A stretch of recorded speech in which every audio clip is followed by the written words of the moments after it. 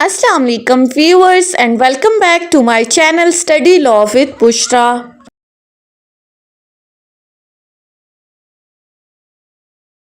So we are discussing fingertips lectures of Law Gate, and in today's video we are going to start a new subject, that is Kanun-e-Shahadat Order 1984. But before starting the discussion, I request you all to please subscribe to my channel and don't forget to press the bell icon for latest updates. Do share this video with your friends and don't forget to comment your feedback. So let's move towards the discussion. कानूनी शहादत order 1984 से पहले जो act prevail कर रहा था that was evidence act 1872, यानी कि गवाही से मुतालिक एविडेंस से मुतालिक जो कानून था वो एविडेंस एक्ट 1872 था। टिल इंडिपेंडेंस 1947 यही एक्ट प्रिवेल कर रहा था, लेकिन उसके बाद 1977 में जब मार्शल लॉ लगा तो ज़ियाउल हक ने अपने प्रेसिडेंशियल ऑर्डर के थ्रू इस एक्ट को रिपील कर दिया और कानूनी शहादत ऑर्डर इम्प्लीमेंट कर दिया। अब इस ऑर्डर को पास करने का बेसिक पर्पस क्या था? In order to bring the evidence act in accordance with the Islam, के लॉ को इस्लामिक इंजंक्शंस के अकॉर्डिंग लाया जाए एज पर article 227 of constitution of Pakistan 1973। अब ये जो कानून है, कानूनी शहादत ऑर्डर, ये किसके मुतालिक है? ये गवाही के मुतालिक है। सो ये गवाही के मुतालिक ऑर्डर कब पास किया गया था? प्रेसिडेंशियल ऑर्डर के थ्रू 28 अक्टूबर 1984 को प्रेसिडेंट ज़ियाउल हक की तरफ से ये ऑर्डर पास किया गया था। ये डेट्स जो हैं ये बहुत इंपॉर्टेंट है, आपने याद रखनी है लॉ गेट के हवाले से। दूसरी चीज जो हर लॉ के अंदर बहुत इंपॉर्टेंट होती है वो होती है उसकी एप्लीकेबिलिटी, जुरिस्डिक्शन किस किस हद तक है इस ऑर्डर की। सो पहली बात, it extends to the whole of the Pakistan, and secondly applicability कहाँ पर है? तमाम जुडिशियल प्रोसीडिंग्स की जो किसी भी कोर्ट के सामने होती हैं, चाहे वो कोर्ट मार्शल है, कोई ट्राइब्यूनल है या कोई और अथॉरिटी है जो अपनी जुडिशियल और कुज़ाई जुडिशियल पावर्स को एक्सरसाइज कर रही है। लेकिन सिंपली आपने याद क्या रखना है कि non applicability of this order क्या है कि ये ऑर्डर आर्बिट्रेटर्स के ऊपर अप्लाई नहीं होता, यानी कि जो प्रोसीडिंग्स एक आर्बिट्रेटर के सामने होती हैं उन पर ये ऑर्डर एप्लीकेबल नहीं है। बाकी जितनी भी जुडिशियल प्रोसीडिंग्स हैं, वो कोर्ट मार्शल है, ट्राइब्यूनल है, कुज़ाई जुडिशियल जितनी भी हैं, उन तमाम के ऊपर ये कानूनी शहादत ऑर्डर एप्लीकेबल है। ये भी लॉ गेट के अंदर पूछा जाता है कि इस ऑर्डर की एप्लीकेबिलिटी कहाँ पर नहीं है। सो आपने याद रखना है आर्बिट्रेटर्स के ऊपर ये अप्लाई नहीं होता। अब कानूनी शहादत गवाही से मुतालिक कानून है, तो हमने सबसे पहले देखना है कि गवाही देने वाला कौन है। विटनेस जो वर्ड विट से निकला है, जिसका मतलब है इंटेलिजेंट, कैपेबल, जिसके पास इंटेलेक्चुअल कैपेबिलिटीज हो, यानी कि ऐसा पर्सन जो कोर्ट ऑफ लॉ के अंदर आया है किसी डॉक्यूमेंट्स को प्रूव करने के लिए, उसकी इतनी इंटेलेक्चुअल कैपेबिलिटीज होनी चाहिए कि वो माइन्यूटली चीज़ों को ऑब्जर्व करे, उनको अपने माइंड में स्टोर करे एंड देन एक्सप्लेन इट और reproduce it before the court of law. तो ऐसे पर्सन को हम कहते हैं कि वो कौन है? आइडियल विटनेस है। अब इस कानूनी शहादत ऑर्डर के अंदर डिफरेंट क्वेश्चंस हैं। गवाह कौन हो सकता है? गवाही कौन दे सकता है? कितने बंदे हैं जो गवाही दे सकते हैं? नंबर ऑफ द विटनेसेस, कौन ऐसे लोग हैं जो कि गवाही नहीं दे सकते ऑल्दो वो कॉम्पिटेंट हैं? फिर किन चीज़ों से मुतालिक गवाही दी जा सकती है? क्या कौन से ऐसे सर्कमस्टांसेस हैं जिनमें गवाही देनी है? सो इन तमाम क्वेश्चंस को हम वन बाय वन डिस्कस करेंगे अपने इस फिंगर टिप्स लेक्चर के अंदर। सबसे पहले हम स्टार्ट करते हैं आर्टिकल 3 से। आर्टिकल 3 बात करता है हु मे टेस्टिफाई, जो हमारा पहला क्वेश्चन है कि कौन गवाही दे सकता है। सो आर्टिकल 3 ने सबसे पहली बात करते हुए कहा all persons shall be competent to testify, बात ही खत्म कर दी। आर्टिकल 3 ने कहा कि तमाम लोग गवाही दे सकते हैं, लेकिन शर्त क्या रखी है गवाही के लिए? कि ऐसे बंदे जो कि कंडीशन क्या है कि जो के सवालों को समझने की सलाहियत रखते हैं, who understands the question and give rational answers to those question, जिनके अंदर इतनी सलाहियत है कि वो सवाल को समझे और उसके बाद उस सवाल का दुरुस्त जवाब दें, तो वो तमाम लोग कॉम्पिटेंट हैं गवाही देने के लिए। अब यहां पर कैटेगरीज को उसने खत्म कर दिया, मेल, फीमेल, माइनर, मेजर, ये तमाम कैटेगरीज खत्म होगी, बल्कि जितने भी लोग, चाहे वो टेंडर एज के हैं, चाहे वो ओल्ड एज के हैं, चाहे वो किसी बॉडीली डिजीज से सफर कर रहे हैं, अगर उनकी मेंटल कैपेसिटी इतनी है, अगर उनकी इंटेलेक्चुअल कैपेबिलिटीज इतनी है कि वो क्वेश्चंस को समझने के बाद उस क्वेश्चन का रेशनल आंसर दे सकते हैं, तो वो गवाही देने के लिए कॉम्पिटेंट है। आर्टिकल 3 ने हमें ये बता दिया। सो आर्टिकल 3 के अंदर कैटेगराइज नहीं किया हुआ एजेस को, कैपेबिलिटीज को, बल्कि सिर्फ क्या कहा, अंडरस्टैंडिंग होनी चाहिए। अगर आपकी अंडरस्टैंडिंग अच्छी है तो आप एविडेंस के लिए कोर्ट में कॉम्पिटेंट हो। फिर इसी तरह आगे एक प्रोवाइजो दी है कि अगर कोई बंदा पर्जरी कमिट कर रहा है, यानी कि उसने कोर्ट ऑफ लॉ में पहले फॉल्स एविडेंस दिया था, तो उसको एलिजिबल विटनेस कंसिडर नहीं किया जाएगा। लेकिन फिर फर्दर इसी प्रोवाइजो को कोर्ट मजीद एक्सप्लेन करते हुए लॉ में कहा गया कि अगर तो कोर्ट सेटिस्फाई हो जाती है that he has repented and मेंडेड his veg, उसने अब इन तमाम कामों को छोड़ दिया है और अपना रास्ता दुरुस्त कर लिया है, then he is a reliable witness. Now the court can accept him as an ideal witness, as a competent witness. So perjury के लिए भी कंडीशन रखती कि अगर he has mended his ways and repented, then he will be consider a competent witness. फिर तीसरी बात इसी आर्टिकल 3 के अंदर बताई गई है कि कॉम्पिटेंसी ऑफ विटनेस जो है, उनकी क्वालिफिकेशंस को इन accordance with the Islam determine किया जाएगा। यानी कि जो होली कुरान और सुन्ना के अंदर एक विटनेस की क्वालिफिकेशंस बताई गई हैं। अब क्या क्वालिफिकेशंस है? अंडरस्टैंडिंग ऑफ द पर्सन, उसकी प्रॉपर अंडरस्टैंडिंग होनी चाहिए। फ्रीडम फ्रॉम बायसनेस, वो किसी के फेवर में गवाही ना दे, बाइस्ड ना हो। और थर्डली तस्कियत शहूद का जो शर्त है वो रखी गई है। तस्कियत शहूद कौन है? ऐसा पर्सन जो कि पाकीज़ा गवाह है, जिसने कोई गुनाह कबीरा कमिट नहीं किया, वो क्लीन हैंड्स के साथ कोर्ट में गवाही देने के लिए आया है, तो वो कॉम्पिटेंट है। सो आर्टिकल 3 ने क्या कहा? All persons who are capable of understanding the questions and give rational answers to those questions irrespective of their age and bodily diseases। इसी तरह पर्जरी कमिट करने वाला पर्सन भी एलिजिबल विटनेस कंसिडर किया जाएगा if he has repented and मेंडेड his veg. अब पहला question तो हमने डिस्कस कर लिया कि कौन गवाही दे सकता है। फिर दूसरी बात, हमने दूसरा क्वेश्चन कहा था कि कौन से ऐसे बंदे हैं कि जो ऑल्दो कॉम्पिटेंट हैं, वो क्वेश्चंस को समझ सकते हैं, लेकिन फिर भी वो गवाही नहीं दे सकते। सो आर्टिकल 4 टू आर्टिकल 16 इस चीज को एक्सप्लेन कर रहा है कि ऐसे persons who are although a competent witness but can not be compelled as a witness in the court of law, वो कौन कौन से लोग हैं। सो हम इन आर्टिकल्स में उसको डिस्कस करेंगे। जिनको इम्यूनिटी दी गई है, who are enjoying the extra benefit which is granted by the law, their communication is privileged, they are given the legal benefit। So article 4 to 15 deals with the classes of privileged communication। सबसे पहली class है जजेस and magistrates. इनको आप compel नहीं कर सकते regarding their own conduct in the court of law, and if anything comes to their knowledge during the case, इस चीज के लिए आप उनको कंपेल नहीं कर सकते। They are given the privilege, आप इनको एज अ विटनेस कोर्ट में अपीयर होने के लिए मजबूर नहीं कर सकते। लेकिन अगर कोई ऐसी चीज जो कि उस मैजिस्ट्रेट के सामने हो रही है, वो उसमें आई विटनेस है, तो उस चीज के लिए उसको विटनेस बुलाया जा सकता है।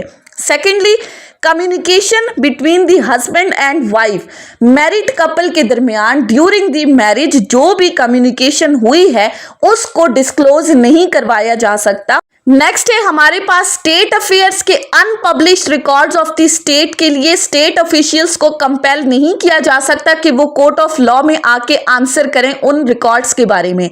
फोर्थली, ऑफिशियल कम्युनिकेशंस, जो ऑफिशियल पर्सन्स हैं वो भी आंसरेबल नहीं है for what they are doing in their official capacity, they are privileged. Secondly, professional communication है most importantly between the client and his advocate, doctor and his patient, वो भी privileged हैं।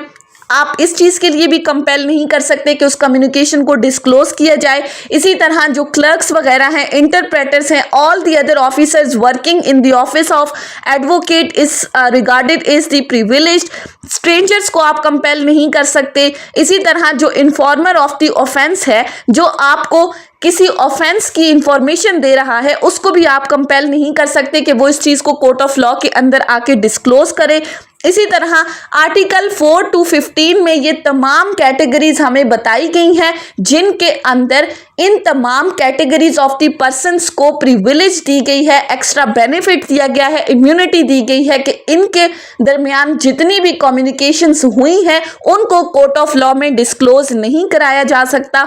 Although ये तमाम पर्सन्स कॉम्पिटेंट हैं, questions को समझ सकते हैं, लेकिन फिर भी ये कोर्ट ऑफ लॉ में आकर गवाही नहीं दे सकते। नेक्स्ट है हमारे पास आर्टिकल 16। आर्टिकल 16 बात करता है एक्म्प्लिस की, जिसको हम अप्रूवर भी कहते हैं। विटनेस ऑफ द स्टेट होता है, वादा माफ गवाह, पार्टनर इन क्राइम, सुल्तानी गवाह, यानी कि एक ऐसा को एक्यूज जिसका क्रिमिनल एक्ट के साथ ऐसा रिलेशन है कि वो अदर एक्यूज को जॉइंटली चार्ज कर सकता है। Accomplice active participator of the crime है। गिल्टी एसोसिएट इन क्राइम है who makes the admission of facts showing that he has the conscious hand in the offence. Article 16 कहता है कि accomplice competent witness है against the accused person in ताजीर cases, लेकिन हदूद cases के अंदर ये कॉम्पिटेंट विटनेस नहीं है। याद रखने वाली बात यह है, हदूद केसेस के अंदर accomplice is not a competent witness, ताजीर केसेस के अंदर एक्म्प्लिस कॉम्पिटेंस विटनेस है। एक्म्प्लिस क्यों अनट्रस्टवर्दी ऑफ द क्रेडिट है, वो विटनेस क्यों नहीं बन सकता? Because he has come under the umbrella of the pardon. वो पर्जरी कमिट कर सकता है, वो अपना गिल्ट जो है वो दूसरे पर्सन को शिफ्ट कर सकता है। सो हमारे दूसरे क्वेश्चन का आंसर भी हमें मिल गया कि ऐसे कौन से लोग हैं जो कॉम्पिटेंट हैं लेकिन वो गवाही नहीं दे सकते।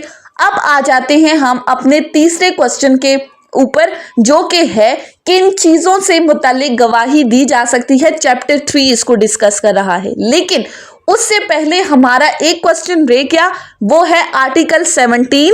आर्टिकल 17 ने हमें क्या बताया है? Number of the witness. जब पहले हमने कहा कौन गवाही दे सकता है, तो दूसरा क्वेश्चन हमने कहा कि कितने बंदे जो हैं वो एज विटनेस कोर्ट में अपीयर हो सकते हैं। सो आर्टिकल 17 इनको डिस्कस कर रहा है। आर्टिकल 17 में कहा गया है the competence of the person and the number of witnesses required shall be determined in accordance with the injunctions of the Islam laid down in Holy Quran and Sunnah। Holi Quran और सुन्ना में जो विटनेसेस के number बताया गया है, हम उन्हीं को आगे लेकर चलेंगे। सबसे पहली बात है सिविल केसेस में, यानी कि फाइनेंशियल मैटर्स के अंदर कितने विटनेसेस होंगे, फ्यूचर ऑब्लिगेशंस में कितने विटनेसेस होंगे। shall be by 2 men or 1 man and 2 women so that one may remind the other and the evidence shall be led accordingly। Financial matters के अंदर आपने याद रखना है एक मर्द और 2 औरतें उसके साथ, या फिर 2 मर्द। अब ये चीज आपने याद रखनी है। अक्सर लॉ गेट के अंदर आपसे सवाल पूछा जाता है कि फाइनेंशियल मैटर्स के अंदर कौन कौन गवाही दे सकता है। सो आपको ऑप्शंस कुछ इस तरह से दिए जाते हैं कि 1 मेल और 2 वोमेन, और का वर्ड यूज किया जाता है, 1 मेन और 2 वोमेन। फिर सेकंड ऑप्शन आपको दिया जाता है कि 2 मेन, या फिर थर्ड ऑप्शन आपको दिया जाता है 1 मैन एंड 2 वोमेन। एंड और का डिफरेंस आपने याद रखना है। या फिर फोर्थ ऑप्शन आपको दिया जाता है कि 4 फीमेल्स। सो आपने क्या याद रखना है कि फाइनेंशियल मैटर्स के अंदर वैसे तो 2 एडल्ट मेल मेंबर्स होंगे, लेकिन जहां पर 2 मेल मेंबर्स नहीं है तो एक मेल के साथ 2 फीमेल उस एक के बदले में आएंगी, यानी कि एक के बदले में दो औरतों की गवाही कंसीडर की जाएगी। सो जहां पर ऑप्शन होगा 1 मेल प्लस 2 फीमेल, तो आप उस ऑप्शन को टिक करोगे, या अगर कहीं पर दिया होगा 4 फीमेल तो वो ऑप्शन भी करेक्ट है। लेकिन जहां पर हो 1 मेल और 2 फीमेल्स तो वो और वाला ऑप्शन कभी भी करेक्ट नहीं है। ये चीज आपने याद रखनी है, हमेशा स्टूडेंट्स इसमें गड़बड़ कर देती हैं। सेकंड है, क्रिमिनल केसेस के अंदर सिर्फ एक विटनेस होगा, बाकी जितने भी मैटर्स हैं उनके अंदर एक मेल या फिर एक female witness is more than enough. लेकिन इसके साथ ही फिर हमें यह बताया गया है कि हुदूद केसेस के अंदर फीमेल कभी भी विटनेस के तौर पर नहीं आ सकती। ये चीज आपने याद रखनी है। ताजीर केसेस में फीमेल हो सकती है, लेकिन हुदूद केसेस के अंदर female as a witness court में अपीयर नहीं हो सकती। हुदूद केसेस के अंदर हमेशा 2 मेल विटनेस होंगे, जबकि जिना और जिना बिल जबर के केस में कितने विटनेसेस होंगे, उसमें हमेशा 4 मेल होंगे। So adult male members in cases of the हुदूद 2 मेल मेंबर्स। जिना और जिना बिल जबर के केस में हमेशा 4 मेल विटनेस होंगे। जिना और जिना बिल जबर के केसेस में फीमेल कभी भी विटनेस नहीं होंगी, क्योंकि हमने कहा कि हुदूद केसेस के अंदर फीमेल विटनेस नहीं हो सकती। सो आर्टिकल 17 ने नंबर ऑफ विटनेसेस को डिस्क्राइब कर दिया। अब हम आ जाते हैं अपने नेक्स्ट क्वेश्चन के ऊपर, that is relevancy of facts, कि किन किन चीजों से मुतालिक गवाही दी जा सकती है। Relevancy of fact article 18 to article 29 of Qanuni शहादत ऑर्डर इसके साथ डील करता है। सबसे पहले हम देख लेते हैं कि फैक्ट इटसेल्फ क्या है। फैक्ट को डिफाइन किया गया है आर्टिकल 2 सब क्लॉज डी के अंदर, कि फैक्ट क्या है, ऐसी चीज जो कि हम अपने सेंसेस से परसीव कर सकते हैं, वो हमारे पास क्या है, वो फैक्ट है। या कोई भी mental condition of which person is conscious, वो फैक्ट है। फैक्ट 2 तरह के होते हैं, एक फैक्ट इन इशू और एक होता है relevant fact. Fact in issue क्या है, अलेजिंग फैक्ट, जो हमारा डिस्प्यूटेड फैक्ट है, जिसके ऊपर मेन डिस्प्यूट है, मेन कॉज ऑफ इरिटेशन है, जिसको एक पार्टी अलेज कर रही है और दूसरी पार्टी उसको डिनाई कर रही है, वो हमारा फैक्ट इन इशू है। सेकंड है रेलिवेंट फैक्ट, तमाम दूसरे फैक्ट्स जो कि इस मेन फैक्ट इन इशू के साथ रेलिवेंट हैं, वो तमाम हमारे facts relevant to the issue हैं या हमारे रेलिवेंट फैक्ट्स हैं। और एविडेंस जो है वो या तो फैक्ट इन इशू से मुतालिक होगी या रेलिवेंट फैक्ट से मुतालिक होगी। अब इन रेलिवेंट फैक्ट्स और फैक्ट्स इन इशू को हम एक एग्जाम्पल से समझते हैं। फॉर एग्जाम्पल, एक जगह है और उस जगह पर लेट्स सपोज कराची है, कराची के किसी एरिया में 1 अक्टूबर 2023 को किसी पर्सन का मर्डर हुआ है, यानी कि ए ने बी का मर्डर किया है। अब ये जो मर्डर है ये क्या है, ये मेन फैक्ट है, ये हमारा डिस्प्यूटेड फैक्ट है। इस तमाम सिनेरियो को आप अपने माइंड में रखते हैं, ए और बी का मर्डर क्या है, वो फैक्ट इन इशू है। सी एक तीसरा बंदा है जो कहता है कि मैंने ए को देखा है बी का कत्ल करते हुए। सो ये भी हमारा क्या है, फैक्ट इन इशू है, मेन कॉज ऑफ इरिटेशन है, डिस्प्यूटेड फैक्ट है। जबकि इसके ऑपोजिट डी एक तीसरा बंदा है जो आकर ये कहता है कि मैंने कुछ दिन पहले ए को बी को धमकी देते हुए सुना था कि मैं तुम्हारा कत्ल कर दूंगा, तो मुझे लगता है कि उस धमकी के असरात में आके ए ने बी का मर्डर कर दिया है। अब डी की जो ये बात है ये क्या है, हमारे पास रेलेवेंट फैक्ट है जो कि हमारे मेन फैक्ट के साथ कनेक्टेड है। सो ऐसे फैक्ट्स जो कि मेन फैक्ट के साथ कनेक्टेड हैं वो रेलेवेंट फैक्ट्स हैं और उन रेलेवेंट फैक्ट से मुतालिक गवाही दी जा सकती है। अब इसके साथ कुछ इररेलेवेंट फैक्ट्स होते हैं जिनको प्रूफ करने की जरूरत नहीं होती, लेकिन अगर वो इररेलेवेंट फैक्ट्स रेलेवेंट हो जाते हैं, वो फैक्ट इन इशू के साथ कनेक्ट कर जाते हैं, तो फिर वो रेलेवेंट हो जाते हैं। जैसे अब यहाँ पर आकर एक तीसरा बंदा कहता है कि ए तो उस वक्त कराची में था ही नहीं, ए तो मेरे साथ लाहौर में था। सो ये सो ये क्या है, ये है plea of alibi, proving one self otherwise than the place of crime. कि ऑब्वियसली एक बंदा अगर लाहौर में है तो वो कराची में आके मर्डर तो नहीं कर सकता, वो दोनों जगहों पर एक साथ तो मौजूद नहीं हो सकता। सो ये article 24 sub clause 2 plea of alibi, जो कि हमेशा एक्यूज की तरफ से लिया जाता है, हमेशा क्रिमिनल केसेस में लिया जाता है। ये क्या है, other things in other connection. So fact in issue हमेशा सेम डेट पर सेम प्लेस पर कोई भी ऐसे facts that are happening on the same place and same date that are called fact in issue, जो कि आर्टिकल 19 रेस्ट जस्टिस के बारे में बता रहा है। जबकि रेलिवेंट फैक्ट क्या है, facts on any other place any other time but still they are relevant because they are connected to the main fact. अब इसके अलावा मजीद कुछ फैक्ट्स हैं जो कि हमारे मेन इशू के साथ रेलिवेंट हैं, जैसा कि मोटिव है, इंटेंशन है, यानी कि ऑफेंस कमिट करने के पीछे का मकसद क्या था।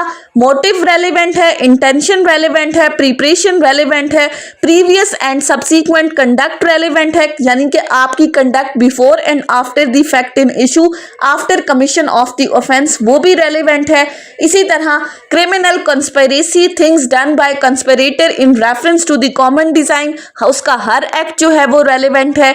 इसी तरह facts that are showing the existence of state of body, mind और बॉडीली फीलिंग्स, वो भी रेलिवेंट है। फैक्ट्स इंसिडेंटल और एक्सीडेंटल, ये तमाम फैक्ट्स भी जो हैं वो रेलिवेंट हैं।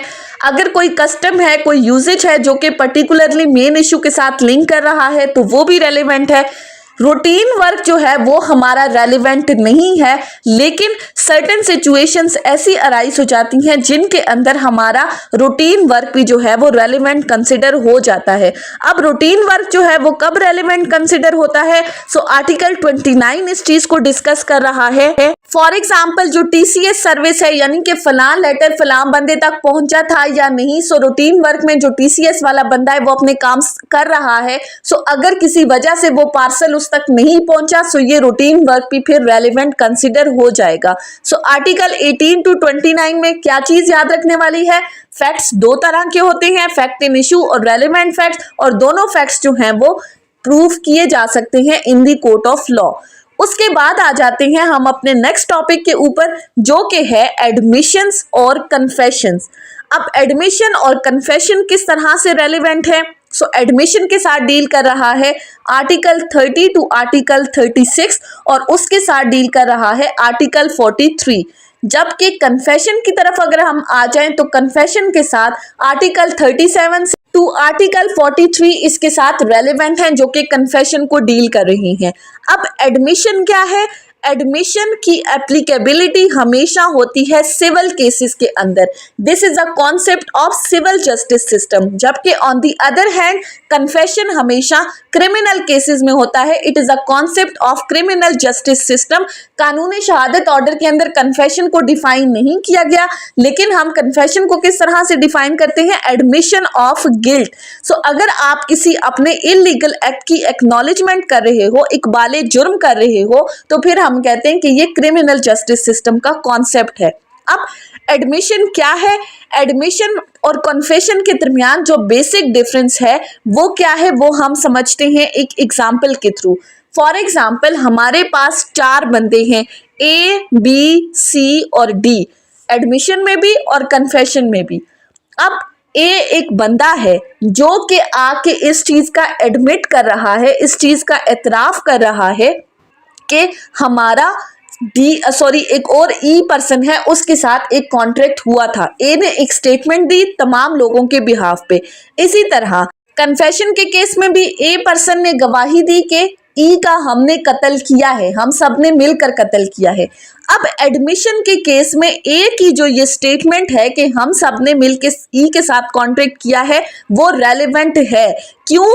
क्योंकि एडमिशन जो है वो अपने लिए भी हो सकता है, अपने बिहाफ पे, किसी पार्टी के बिहाफ पे भी हो सकता है, किसी रेफर्ड पर्सन के बिहाफ पे हो सकता है, या किसी रिप्रेजेंटेटिव कैपेसिटी में भी हो सकता है। सो ए की जो ये स्टेटमेंट है ये बी सी डी ये इन सब के लिए कंसिडर की जाएगी। ए ने जो ये एडमिशन किया है ये इन सब के बिहाफ पर है, क्योंकि एडमिशन अपनी तरफ से भी हो सकता है, पार्टी के बिहाफ पे भी हो सकता है, या रेफर्ड पर्सन के बिहाफ पे भी हो सकता है।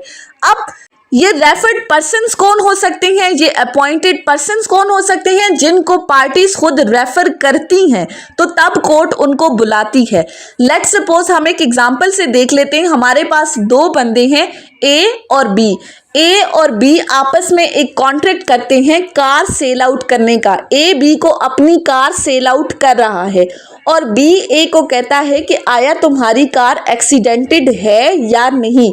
तो ए बी को सेटिस्फाई कर देता है कि मेरी कार एक्सीडेंटेड नहीं है, जिस पर बी पर्सन ए के साथ कॉन्ट्रैक्ट करके उसकी ये कार खरीद लेता है।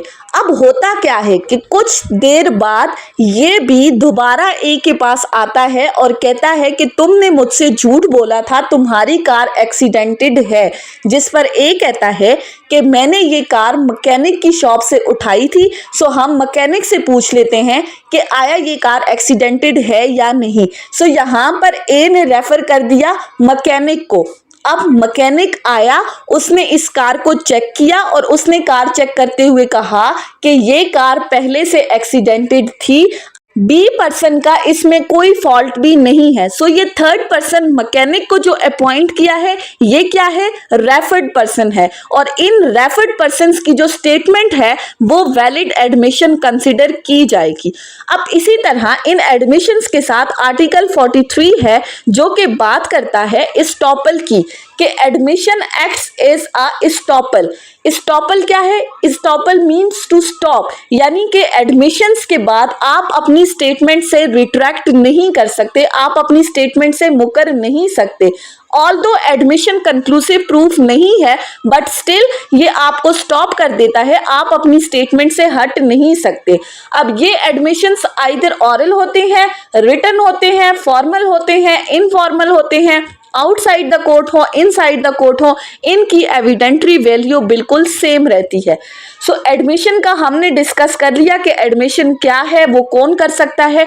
अब आ जाते हैं कन्फेशन के ऊपर। अब कन्फेशन में ए ने जो ये स्टेटमेंट दी थी कि हम सब ने मिलकर ई का मर्डर किया है, ये तमाम लोगों के बिहाफ पे कन्फेशन कंसिडर नहीं किया जाएगा, क्योंकि कन्फेशन हमेशा वन सेल्फ के लिए होती है। पार्टीज के बिहाफ पे रिप्रेजेंटेटिव कैपेसिटी में या रेफर्ड पर्सन्स पे आप कन्फेशन नहीं कर सकते। कन्फेशन क्या है, एडमिशन ऑफ गिल्ट है, इकबाल जुर्म है।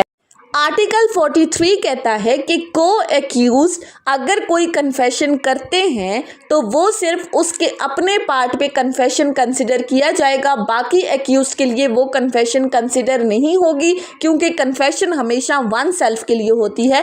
को एक्यूज के बिहाफ पे कन्फेशन एक्सेप्टेबल नहीं है, वो valid piece of evidence consider नहीं किया जाएगा। इसी तरह यहाँ पर एक और आर्टिकल है जो कि बात करता है कि अगर तो कोई पर्सन बिफोर पुलिस कोई कन्फेशन करना चाहता है तो उसकी कोई एविडेंट्री वैल्यू नहीं है, पुलिस के सामने आप कन्फेशन नहीं कर सकते। अगर ड्यूरिंग इन्वेस्टिगेशन कोई पर्सन कन्फेशन करना चाहता है तो उसके लिए इम्पॉर्टेंट है कि उसको राइट फोरम यानी कि मैजिस्ट्रेट के सामने पेश किया जाए। मैजिस्ट्रेट के सामने जो कन्फेशन होगी वो valid piece of evidence consider किया जाएगा। वो 164 के CRPC के अंडर वो मैजिस्ट्रेट कन्फेशन को रिकॉर्ड करेगा, because confession before the magistrate is the right forum. So यहाँ से ही हमारे पास कन्फेशन की दो काइंड्स निकलती हैं, जिसमें हमारे पास एक आ जाती है जुडिशियल कन्फेशन और दूसरी आ जाती है extra judicial confession. Judicial confession valid piece of evidence है, जबकि एक्स्ट्रा जुडिशियल कन्फेशन की कोई वैल्यू भी नहीं है। जुडिशियल कन्फेशन हमेशा मैजिस्ट्रेट के सामने होती है, क्योंकि अगर वो मैजिस्ट्रेट के सामने करते हैं that will be considered a secret piece of evidence. Police के सामने पुलिस स्टेशन में कोई वैल्यू नहीं है, क्योंकि वो पार्टीज को कंट्राडिक्ट करते हैं, उनकी रिलायबिलिटी को शेक कर देते हैं। इसी तरह confession is considered a conclusive proof, क्योंकि अगर कोई पर्सन एतराफ़ कर देता है अपने जुर्म का तो उसके बाद नेक्स्ट फोरम क्या है कि उस पर्सन को सजा दी जाएगी। सो अगर कोई पर्सन अपने इस कन्फेशन से रिट्रैक्ट करना चाहता है तो वो रिट्रैक्ट कर सकता है। लेकिन उसमें भी स्टेज ऑफ रिट्रैक्शन को देखा जाएगा। अर्ली स्टेज पे तो वो पॉसिबल है, लेकिन अगर केस बिल्कुल डिसाइड होने वाला है तो उस स्टेज पे रिट्रैक्शन पॉसिबल नहीं है। सो एडमिशन और कन्फेशन आपको समझ में आ गया होगा कि इनके दरमियान का मेन डिफरेंस क्या है। एडमिशन हमेशा सिविल केसेस के अंदर होता है, कन्फेशन हमेशा क्रिमिनल केसेस का कॉन्सेप्ट है। एडमिशन जो है वो अपने पार्ट पे भी होता है, पार्टीज के बिहाफ पे भी और रेफर्ड पर्सन्स के बिहाफ पे भी होता है, लेकिन in the other hand confession जो है वो हमेशा अपने लिए होता है, बाकी पर्सन्स के बिहाफ पे कन्फेशन नहीं किया जा सकता। फिर एडमिशन जो है वो कंक्लूसिव प्रूफ नहीं है, जबकि कन्फेशन जो है वो कंक्लूसिव प्रूफ ऑफ एविडेंस है। उसके बाद आ जाते हैं अब हम अपने नेक्स्ट टॉपिक के ऊपर, जो कि है आर्टिकल 46। आर्टिकल 46 बात करता है डाइंग डिक्लेरेशन की। अब ये भी डाइंग डिक्लेरेशन भी जो है वो हमारा रेलेवेंट फैक्ट है, ये बहुत ही ज्यादा इंपॉर्टेंट है, हमेशा इसमें से क्वेश्चंस पूछे जाते हैं। डाइंग डिक्लेरेशन को हम उर्दू में कहते हैं बयान नज़ा, यानी कि मरते वक्त अगर कोई शख्स कोई बयान दे रहा है तो उसको डाइंग डिक्लेरेशन कहा जाएगा। Dying mean the person who is about to die and declaration mean statement. So statement given by the person who is about to die just before his death, that will be called a dying declaration. अब dying declaration के essential elements क्या हैं कि person जो ये statement दे रहा है वो उसके बाद उसकी डेथ वाकया होना जरूरी है, यानी कि उसकी डेथ को प्रूफ करना मस्ट है। सेकेंडली, जो वो पर्सन स्टेटमेंट दे रहा है वो कुछ ऐसे फैक्ट्स के मुतालिक दे जिससे उसकी मौत वाकया हुई है, यानी कि वो जो हालात व वाकयात अपनी स्टेटमेंट में एक्सप्लेन करे वो उसकी कॉज ऑफ डेथ को लिंक कर रहे हो, वो उसकी कॉज ऑफ डेथ को एक्सप्लेन कर रहे हो, तो फिर वो डाइंग डिक्लेरेशन होगी। थर्डली, स्टेटमेंट जो है वो कंप्लीट होनी चाहिए, कॉम्प्रिहेंसिव होनी चाहिए, और जब ये सेंसिबली डाइंग डिक्लेरेशन हो जाएगी, then this dying declaration will be considered a valuable piece of evidence. और अगर इसमें कोई एक एसेंशियल जो है वो मिसिंग है तो फिर इसके लिए कॉरबोरेशन की जरूरत होगी। अब उसके बाद हम देख लेते हैं कि इस डाइंग डिक्लेरेशन को जो है इसको इतना वैल्यूएबल कंसिडर क्यों किया जाता है, कौन से ऐसे प्रिंसिपल हैं जो कि जिनकी वजह से इसको एक strengthen piece of evidence consider किया जाता है। सो पहली बात है, truth sits on the lips of the dying person, कि जो मरने वाला बंदा है उसको कोई वर्डली इंटरेस्ट नहीं है, उसको दुनिया से अब कोई लगाव नहीं है। जो माइंड है डाइंग पर्सन का वो उसे इंड्यूस कर रहा है, वो फोर्स कर रहा है कि तुम सच बोलो, क्योंकि उसने उसके बाद अल्लाह के पास जाना है। सो इन प्रिंसिपल्स की बेसिस के ऊपर जो स्टेटमेंट रिकॉर्ड की जाती है डाइंग पर्सन्स की, वो एक valuable piece of evidence consider किया जाता है।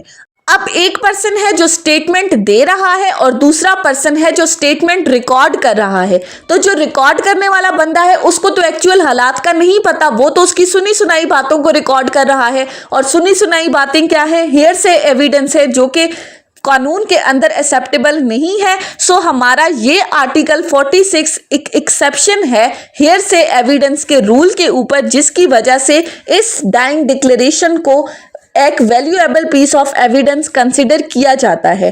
अब ये डाइंग डिक्लेरेशन रिकॉर्ड कौन करेगा?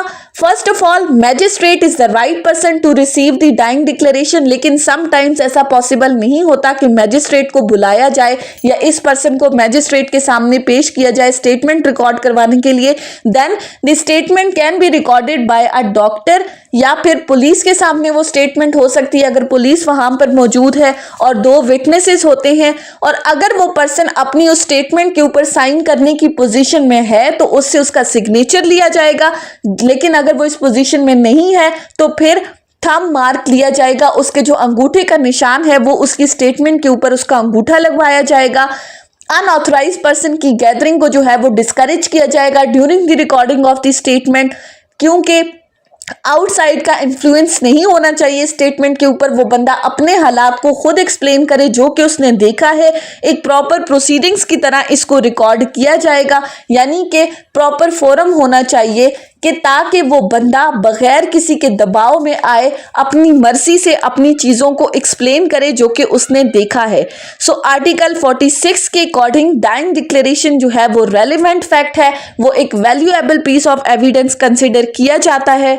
उसके बाद आ जाते हैं आर्टिकल 59 के ऊपर। आर्टिकल 59 बात करता है ओपिनियन ऑफ थर्ड पर्सन्स या एक्सपर्ट ओपिनियंस व्हेन रेलेवेंट। अब article 59 is also an exception to the hearsay rule of the evidence. क्यों ये हेयरसे एविडेंस का एक्सेप्शन है? क्योंकि एक्सपर्ट्स जो हैं वो कोर्ट के अंदर आके अपने ओपिनियंस के अकॉर्डिंग, अपने एनालिसिस के अकॉर्डिंग, अपने मुशाहिदे के अकॉर्डिंग जो है वो चीज़ों को एक्सप्लेन करते हैं।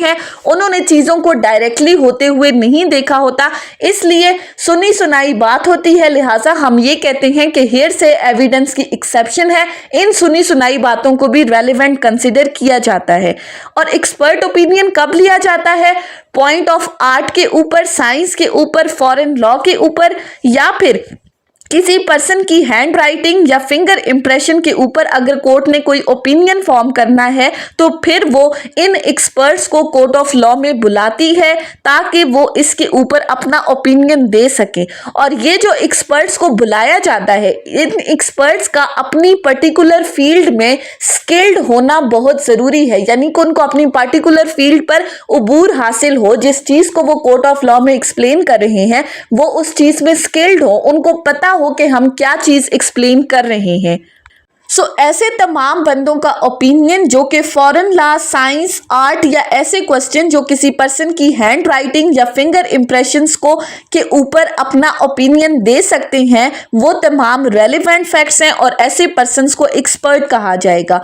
अब एक्सपर्ट्स जो हैं वो किस तरह से अपना ओपिनियन दे सकते हैं? फॉर एग्जाम्पल डॉक्टर्स को बुलाया जा सकता है कि अगर कोई एक्सीडेंट का केस है या अगर कोई मर्डर का केस है जिसमें किसी पर्सन को बुलेट्स लगी हैं, तो वो ये बता सकते हैं कि किस डायरेक्शन से लगी हैं, कितने फासले से लगी हैं अपने एनालिसिस के अकॉर्डिंग। या अगर कोई एक्सीडेंट है तो ये बता सकते हैं कि कितनी ऊंचाई से इस बंदे को गिराया गया है, यानी कि उनका जो एनालिसिस है। अब उनको एक्चुअल सीन का नहीं पता कि एक्चुअल फैक्ट्स क्या हैं, एक्चुअली ये कैसे हुआ था तमाम वाकया, लेकिन वो अपने मुशाहिदे के अकॉर्डिंग, अपने एनालिसिस के अकॉर्डिंग चीज़ों को एक्सप्लेन करते हैं। सो इसीलिए हम कहते हैं कि एक्सपर्ट ओपिनियंस जो हैं वो रेलिवेंट है and they are the exception to the hearsay rule of the evidence. उसके बाद आ जाते हैं नेक्स्ट टॉपिक है रेलेवेंसी ऑफ द कैरेक्टर, जिसको आर्टिकल 67 से आर्टिकल 69 तक एक्सप्लेन किया गया है। अब ये रेलेवेंसी ऑफ द कैरेक्टर क्या है, ये कब रेलेवेंट होते हैं? सो इन कैरेक्टर व्हेन रेलेवेंट के अंदर भी हमें दो कैटेगरीज को डिस्कस किया गया है। पहले तो कैरेक्टर को डिफाइन करते हुए कहा है कि कैरेक्टर के अंदर हमारे पास बोथ रेपुटेशन और डिस्पोजिशन भी आती हैं। सो एविडेंस जो है वो जनरल रेपुटेशन और जनरल डिस्पोजिशन के ऊपर जो है वो दिया जा सकता है। सो दो कैटेगरीज हमारे पास कौन कौन सी हैं इस कैरेक्टर से रिलेटेड? आर्टिकल 67 to 69 में सबसे पहली बात की जाती है सिविल केसेस की, कि सिविल केसेस में कैरेक्टर किस हद तक रेलिवेंट है। सेकंड चीज आती है क्रिमिनल केसेस की, कि क्रिमिनल केसेस में कैरेक्टर की रेलिवेंसी किस हद तक है। अब इन सिविल केसेस और क्रिमिनल केसेस की कैटेगरीज के अलावा कैरेक्टर की कैटेगरीज को एक्सप्लेन किया गया है कि कैरेक्टर गुड भी हो सकता है और बैड भी हो सकता है। सो ये गुड और बैड कैरेक्टर कब रेलिवेंट होता है सिविल केसेस में? तो आर्टिकल 66 ने कंप्लीटली बता दिया कि जब कभी भी किसी पर्सन के कैरेक्टर की बात आती है तो सिविल केसेस के अंदर गुड कैरेक्टर और बैड कैरेक्टर दोनों इररेलेवेंट है, सिरे से ही कैरेक्टर को कंसिडर नहीं किया जाता।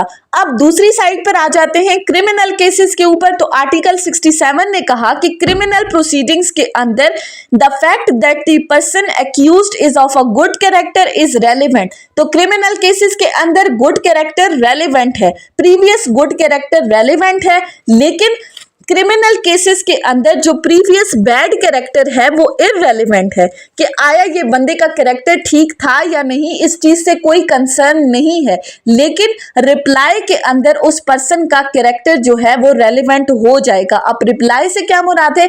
यानी कि अगर एक्यूज पर्सन खुद अपने कैरेक्टर की गवाही देना शुरू कर दे कि मैंने फलां फलां अच्छे काम किए हैं, मेरा कैरेक्टर इस तरह से है, तो उसकी रिप्लाई में प्रोसिक्यूशन उसके बैड कैरेक्टर को प्रूव करने के लिए एविडेंस ला सकती है। सो आर्टिकल 67 से 69 में क्या कहा कि प्रीवियस बैड या गुड कैरेक्टर सिविल केसेस के अंदर रेलिवेंट नहीं है, क्रिमिनल केसेस के अंदर प्रीवियस गुड कैरेक्टर रेलिवेंट है, बैड कैरेक्टर इररेलेवेंट है। और ये बैड कैरेक्टर इररेलेवेंट से रेलिवेंट कब हो जाता है? रिप्लाई के अंदर। सो ये थी हमारी आज की डिस्कशन कानूनी शहादत ऑर्डर 1984 का फर्स्ट पार्ट था, जिसमें हमने आर्टिकल 1 से आर्टिकल 69 तक डिटेल में डिस्कस किया है। नेक्स्ट वीडियो में हम आर्टिकल 70 से डिस्कस करेंगे इंशाल्लाह। सो आई होप कि आपको ये लेक्चर समझ में आया होगा अगर आपने इस वीडियो को अटेंटिवली सुना है तो। अगर आपको ये वीडियो अच्छी लगी है तो इस वीडियो को लाइक करें, कमेंट करें और चैनल को जरूर सब्सक्राइब करें। Thank you so much for watching this video. Till then, अल्लाह हाफिज।